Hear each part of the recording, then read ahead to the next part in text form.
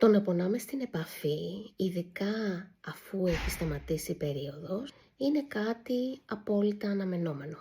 Ωστόσο, υπάρχουν θεραπείες για αυτό.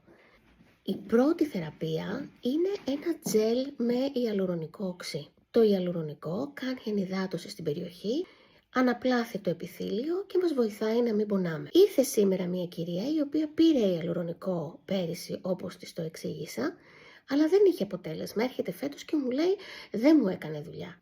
Μα άμα δεν κάνει δουλειά το ιαλουρονικό σε τζέλ, έχουμε και άλλες επιλογές. Πηγαίνουμε στο επόμενο επίπεδο θεραπείας και είναι δύο οι δρόμοι που μπορούμε να ακολουθήσουμε.